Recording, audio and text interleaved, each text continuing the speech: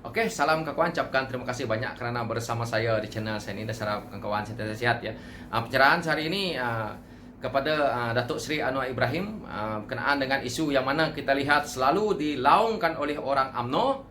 Pemimpin UMNO sendiri juga mengatakan no Anwar, no DAP. Tetapi hari ini mereka membuat perhimpunan agung mereka, tidak mereka laungkan no Anwar, no DAP. Sebenarnya mereka pun mencari gabungan mereka, karena mereka yang mengatakan hal ini tentang no Anwar ini tadi, mereka yang kita boleh lihat track record mereka adalah cyber trooper yang pernah dibuang daripada PKR, ataupun pemimpin-pemimpin UMNO ini yang mungkin dulu sewaktu Datuk Seri Anwar Ibrahim masih berada dalam UMNO, mungkin ini adalah dendam manusia. Ini kalau menurut saya. Dan kita harus ingat, kita sebagai rakyat yang menyokong kepada PH ini tadi, kenapa mereka takut dengan Datuk Seri Anwar Ibrahim ini untuk menjadi Perdana Menteri? Orang yang takut sebenarnya adalah orang yang berada di dalam kerajaan hari ini. Siapa yang berada dalam kerajaan hari ini, itu adalah orang yang sama daripada pimpinan UMNO dahulu. Siapa mereka itu kita boleh tahulah. Jadi ini yang berlaku. Dan apa yang UMNO katakan hari ini, nak keluar, saya boleh percaya kalau kita lihat yang semalam Datuk Seri Azmin Ali mengatakan PRU ke-15 mungkin 2023. Jika berlaku 2023 pun PRU, UMNO tidak akan keluar. Yakinlah bahwa UMNO tidak akan keluar daripada gabungan Perikatan Nasional yang ada hari ini. Kenapa mereka tidak nak keluar? Karena mereka juga ingin kekuasaan. Karena kita tahu yang kita lihat hari ini, yang membuatkan gabungan politik ini, membuatkan kerajaan yang ada hari ini adalah daripada hasil yang mana kita tahu UMNO dan PAS. Yang teringin sangat kerajaan yang ada hari ini itu adalah hasil daripada UMNO dan PAS. Ini kita rakyat jangan lupa. Yang mereka sebut hari ini adalah untuk menutup kesalahan mereka. Cyber trooper mereka seolah-olah nak menutupkan apa yang berlaku dalam kerajaan yang ada hari ini. Seolah-olah mereka tidak bersalah. Mereka sebut nak keluarlah, nak inilah itu. Ini adalah kesalahan awal mereka. Kenapa kamu curi kerajaan di tengah jalan? Bila berlaku hal ini, jangan kamu nak bertolak dalih lagi. Jikapun UMNO keluar daripada gabungan yang ada hari ini, Perikatan Nasional hari ini, hala tuju mereka juga tak ada. Mereka nak bertanding atas tiket Barisan Nasional dan mengharapkan GPS yang ada di Sarawak. GPS itu pun kita belum tahu lagi. Cyber trooper mereka boleh bercakap tentang GPS. Mereka bukan ada pergi turun ke bawah melihat apa yang berlaku di Sarawak. Jadi mereka cuma membuat andaian mereka sendiri tentang isu-isu yang berlaku di Sarawak. Di Semenanjung mereka sibuk main dengan isu agama, isu apa semua yang ada hari ini, isu kaum. Mereka tidak tahu di Sarawak itu isu ini dimainkan disebabkan oleh orang-orang politik dalam kerajaan hari ini. Belum diselesaikan. Jadi jangan cerita tentang GPS pun belum tentu. Jadi ini hakikat yang ada di Sarawak hari ini. Begitu juga kalau kita lihat apa yang berlaku dalam pimpinan UMNO hari ini, mereka seolah-olah terbahagi kepada tiga, tetapi tidak diakui karena mereka nak menjaga parti mereka lah. Jadi ini yang berlaku. Dan kita lihat mereka menjual DAP. Dalam DAP pun ada orang-orang Melayu, ada orang-orang yang bukan selain daripada Cina lah maksudnya. Ada semua. Jadi parti ini adalah satu platform perjuangan untuk kita membangunkan negara. Tetapi apa yang kita dengar daripada mereka punya parti, mereka hanya sebutkan bangsa dan agama. Jadi kalau kita nak bercerita tentang isu itu, kemana arah Malaysia ini untuk memajukan Malaysia ini? Parti politik yang ada di Malaysia ini kita tidak boleh lagi sebut tentang hanya satu kaum, hanya satu agama, tetapi kita harus melihat agama-agama lain, melihat kaum-kaum lain, supaya bergerak bersama, maju bersama. Kalau kita memikirkan ke arah kepentingan diri sendiri, seolah-olah ini selfish, ini membuatkan Malaysia ini tidak membangun. Sebab itu kerajaan yang ada hari ini, tidak mendapat satu situasi yang baik daripada pelabur. Karena pelabur lebih suka, lebih harmoni pelabur nih dari luar negara. Mereka kita tidak tahu, bangsa dah tentu lain. Agama pun kita belum tahu. Jadi apabila kita mainkan isu ini, pelabur akan takut. Ini hakikat. Kenapa pelabur itu lari ke Indonesia? Kalau kita lihat hari ini, Indonesia itu negara Islam yang terbesar. Presidennya pun Islam. Tetapi ketua polis negara mereka orang Kristen dilantik. Karena itulah mereka punya demokrasi itu bagus. Jadi pelabur itu yakin. Ini yang berlaku di negara kita ini. Kita berharapkan kepada duta bertaraf Menteri Timur Tengah untuk menarik pelabur-pelabur daripada negara luar nih, terutamanya daripada Timur Tengah. Mana nak mampu? Apa dia punya job? Ini hakikat. Karena pas hari ini mereka inginkan kekuasaan ini bertujuan untuk memperkukuhkan parti mereka. Karena seperti mana yang kita tahu, pas bertanding 100 lebih kursi, menang cuma 18, hilang uang deposit banyak. Begitu juga dengan dunnya. Jadi ini hakikat. Mereka sekarang ini berpayung kepada kerajaan yang ada. Kalau UMNO, kita tahulah, UMNO nih dia dah lama memerintah. Sekali dia hilang kuasa, mereka sudah seperti hilang arah. Karena selama ini mereka bertongkatkan dengan kuasa, bertongkatkan dengan jawatan. Hari ini mereka dah lemah. Tidak seperti parti PKA, DAP, Amanah dalam PH nih. Parti ini adalah parti daripada orang susah. Tidak ada penaja, tidak ada orang-orang kaya yang nak invest untuk menjadikan parti ini kuat. Parti PH yang ada dalam komponen PH ini adalah parti yang bertunjangkan kepada suara rakyat. Suara rakyat yang mengangkat parti ini untuk kekal teguh, kekal kuat, untuk menjadikan sebuah parti ini sebagai parti yang demokrasi, berbilang kaum, dan mempunyai hala tuju untuk membangunkan Malaysia. Jadi kita nak percaya kepada parti-parti yang seperti yang mana memerintah kerajaan hari ini, kita harus ingatlah. Jadi mereka mainkan isu no DAP, no ANUA. Ini semua untuk mereka nak memperkuatkan parti mereka supaya mereka boleh memerintah lagi. Tapi kita harus ingat sebagai rakyat, jika kita nak mengambilkan parti ini, walaupun mereka mengatakan parti mereka ada perubahan, kita ingat, kenapa Datuk Seri Anwar Ibrahim tidak boleh sampai hari ini nak jadi Perdana Menteri? Kita harus ingat, ini juga melibatkan parti-parti politik ini. Kerana adalah, selain daripada tun yang membuatkan Datuk Seri Anwar Ibrahim ini tidak boleh naik menjadi Perdana Menteri, ini adalah orang-orang yang ada dalam kerajaan hari ini, terutamanya orang-orang UMNO, pemimpin UMNO.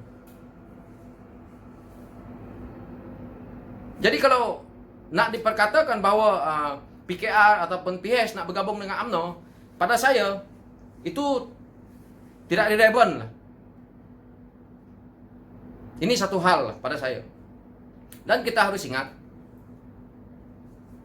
kalau UMNO nak bergabung dengan PH, dia nak jadi abang besar.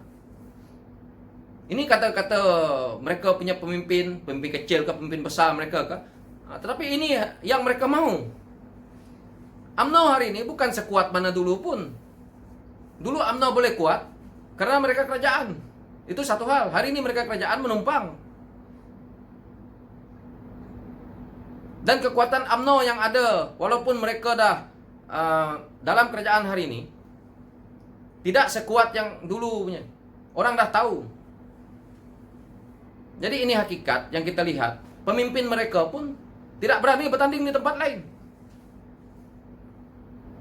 Maka pertahankanlah tempat mana yang mereka bertanding daripada asal itu sampailah ke akhir di situ. Tapi kalau mereka bercakap berapi-berapi. Jadi ini saya punya pandangan pribadi saya. UMNO tidak akan keluar daripada kerajaan yang ada hari ini, percayalah. Kalau UMNO keluar, mereka nak suruh pilihan raya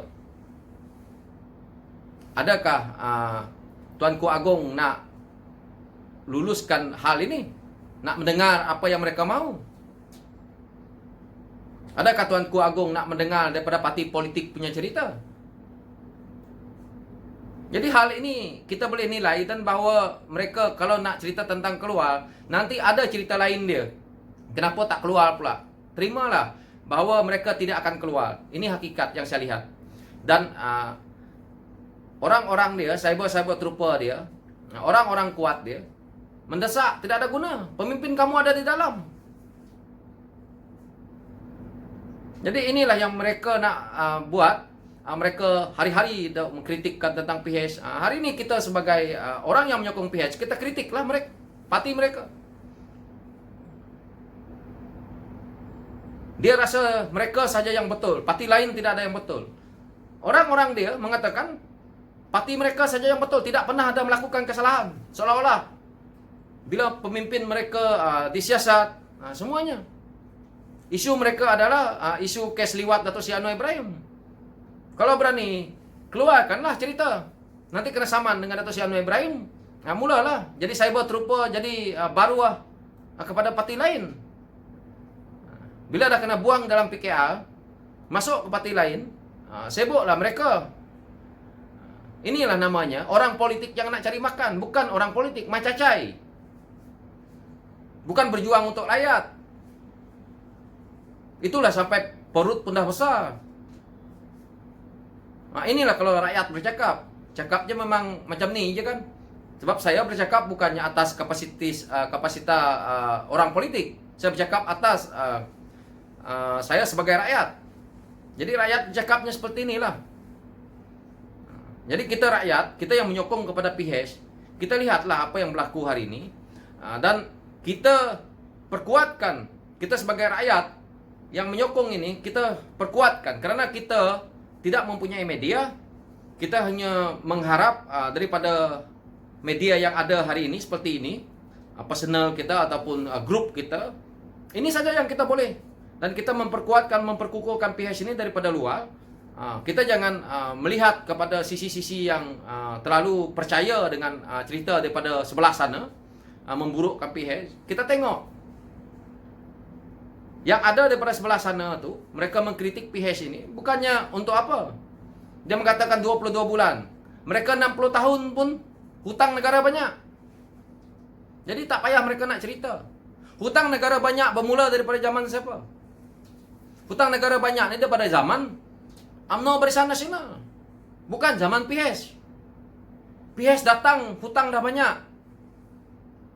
Nak menyelesaikan masalah. Hari ini kalau PH memerintah, akan terima lagi, satu lagi bala yang besar ni. Maka orang akan kritiklah Dato' Sri Anwar Ibrahim sekali lagi. Ini hakikat, kita tengok. Yang buat hutang adalah mereka-mereka ini.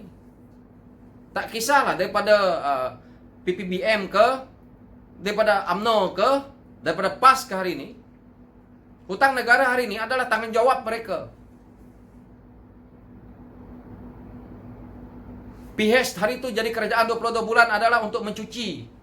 Mencucilah, mencuci longkang yang mereka dah buat ni. PH buat penjimatan apa semua. Jangan dengar cyber trooper mereka itu. Sekolah tinggi-tinggi tapi cuba untuk memperbodohkan rakyat dengan cerita-cerita mereka sendiri. Nak dengar penjelasan betul, nak tengok yang clear betul, buka saja video Rafizi Ramli. Kalau susah sangat cari di channel saya ni, ada banyak. Itu by detail dia cerita. Bukan cakap mulut seperti saya cakap ni. Ini pemimpin mereka bercakap macam ni. Faktanya tak ada. Jangan percaya ni semua. Jadi kerana itu, kenapa saya pro kepada PH? Kerana inilah. Mereka bercakap tidak ada fakta. Bila nanti nak disaman, nak dituduh, mulalah dia kata seperti ini, mengelak. Mereka dalam kerajaan boleh cakap. Tengok hari itu PH memerintah. Mana cyber trooper mereka berani nak cakap banyak. Mana ada berani nak mengkritik sangat. Karena kita harus ingat, kerajaan PH memerintah 22 bulan itu, banyak yang perlu dia perbaiki. Kita harus ingat, Bukan saya nak menyalahkan orang government. Dalam pemerintahan tuh, kaki tangan kerajaan tuh, kita tidak tahu berapa ramai yang pro kepada mereka, yang mereka ambil sebagai lantikan politik pun tak banyak. Jadi untuk membersihkan ini pun satu juga kekotoran yang ada. Dia bukan seperti negara maju yang government of the day. Apalagi kita nih suka perkauman. Jadi isu ini sebagai anak muda kita kena buang kan apa yang berlaku ini. Jangan kita memikirkan bahawa kita nak negara ini maju, tetapi kita dalam suasana isu perkauman, isu agama ini akan merosakkan. Itu yang saya perkatakan, politik ini bertujuan untuk memajukan negara. Bukan kita nak bercerita tentang kaum aku, kaum kamu, bangsa aku, bangsa kamu, agama aku, agama kamu. Bukan itu politik. Tetapi apa yang berlaku di Malaysia sekarang ini, mereka mainkan isu ini. Saya minta maaf lah. Kita lihat pemimpin negara yang ada hari ini, terutama yang daripada PAS, kemampuan mereka jauh untuk nak memimpin negara. Bukan saya kritik seorang, rakyat yang lain kritik juga.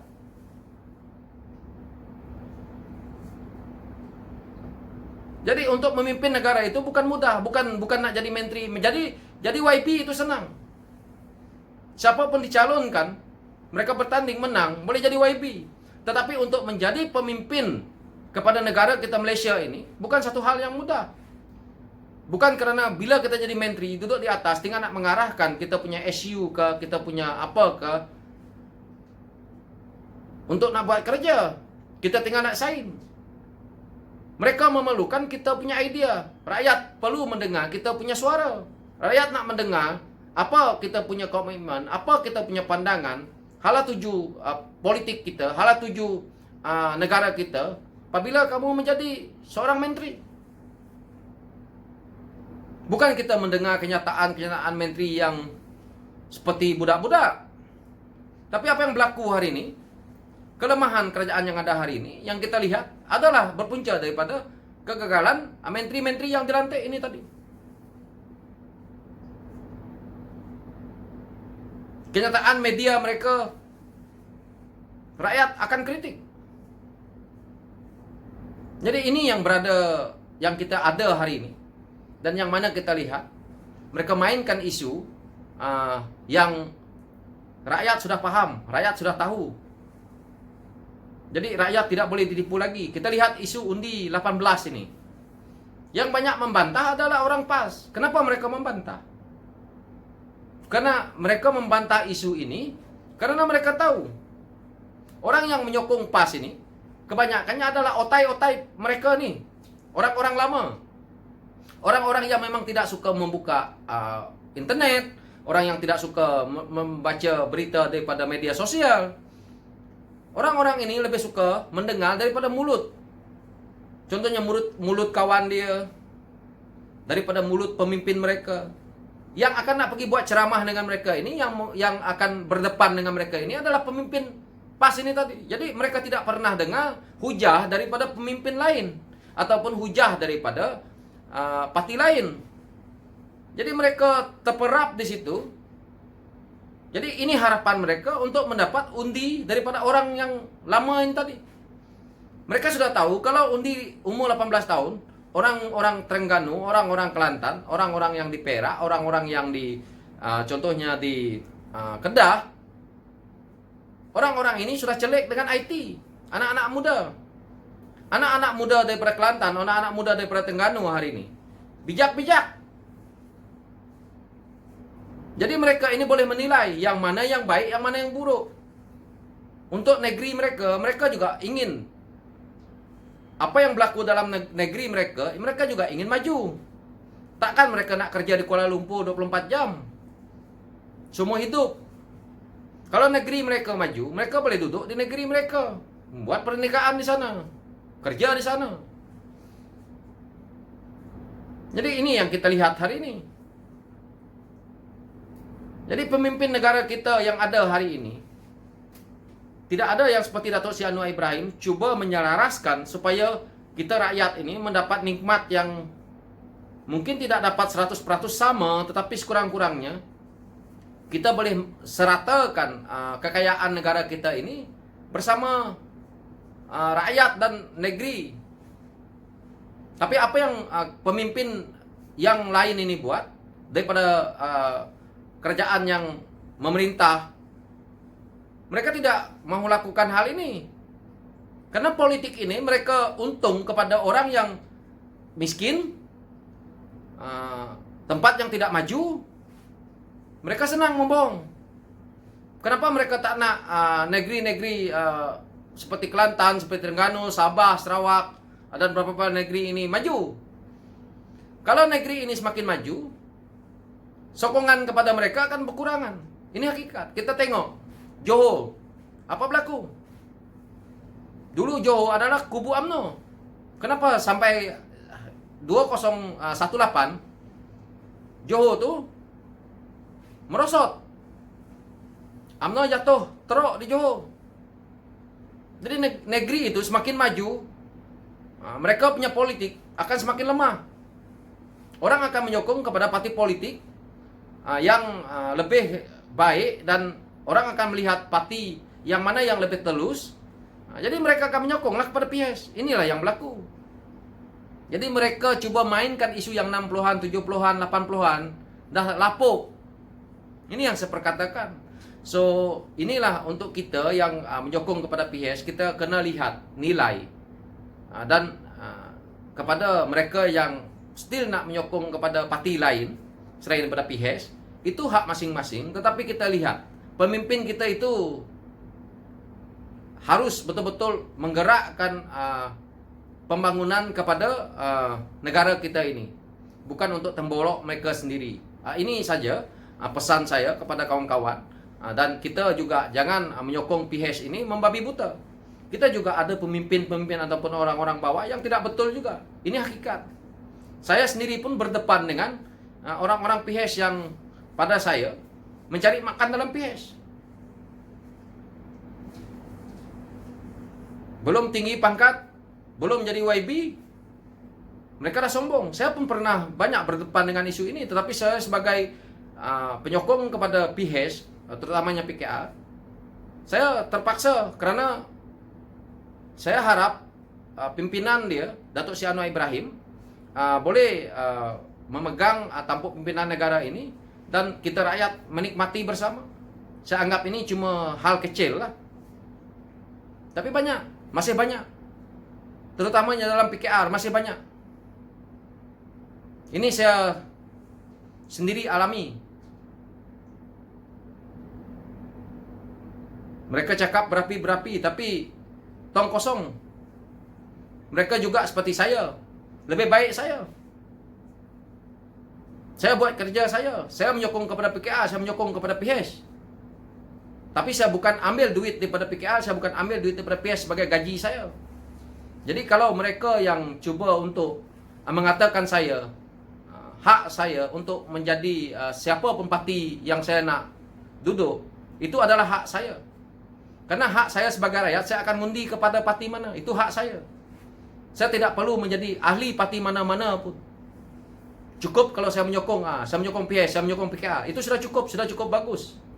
Jadi orang-orang yang nak mempertikaikan saya itu, pada saya, mereka ini pun tidak layak duduk dalam parti politik. Kamu sepatutnya menyantuni rakyat. Apalagi kalau saya yang seperti ini menyokong dan membuat blog seperti ini untuk membantu kamu, parti, walaupun tanpa ada apa-apa, tapi jangan kita menilaikan orang rendah. Okey? Kepada mereka yang suka nak mengkhianati kepada perjuangan PIS ataupun PKR, lebih baik keluar terus duduk bersama dengan geng-geng Sikitul tu. Di sana banyak dana. Parti PKR, parti DAP, parti Amanah ni, saya kenal daripada saya kecil dulu. Perjuangannya Datuk Seri Anwar Ibrahim ni, daripada saya lihat 98 punya cerita, perjuangan parti ini tidak pernah ada duit. Silap-silap kerana jadi calon pun pakai duit sendiri. Jadi yang mana yang nak cari makan saja tuh, pergi pindah sekarang. Jangan cari makan dalam pati-pati PH nih. Ini saja pesanan saya, oke? Kawan-kawan, so thank you.